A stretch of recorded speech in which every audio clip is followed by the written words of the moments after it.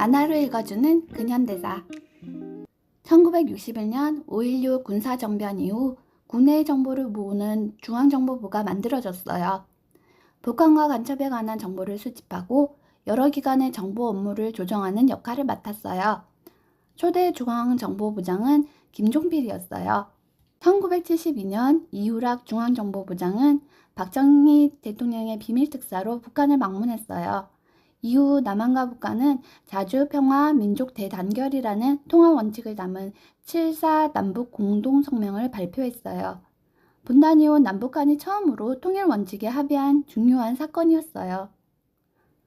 1973년 야당 정치인 김대중은 일본 도쿄의 호텔에서 갑자기 납치됐어요.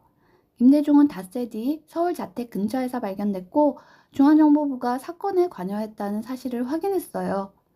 국가정보기관이 정권에 반대하는 정치인을 억압한 대표적인 사건으로 남아있어요. 1979년 10월 26일 중앙정보부장 김재규는 공정동에서 박정희 대통령과 차지철 경호실장을 총으로 쏘았어요. 이 사건으로 박정희 대통령이 사망하면서 18년 동안 이어진 박정희 정부가 끝났어요.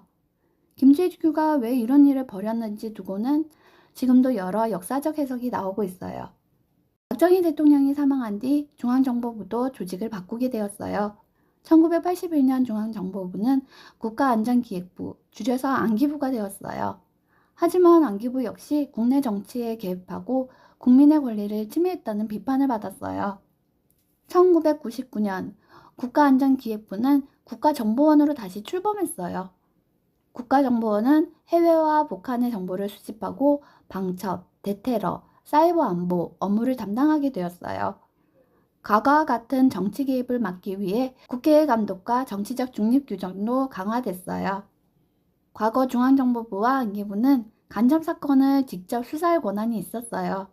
하지만 권한 남용과 인권 침해를 막기 위해 2024년부터 대공수사권이 경찰로 넘어갔어요. 정보기관은 국가 안보를 지켜야 하지만 국민의 자유와 권리도 함께 지켜야 해요.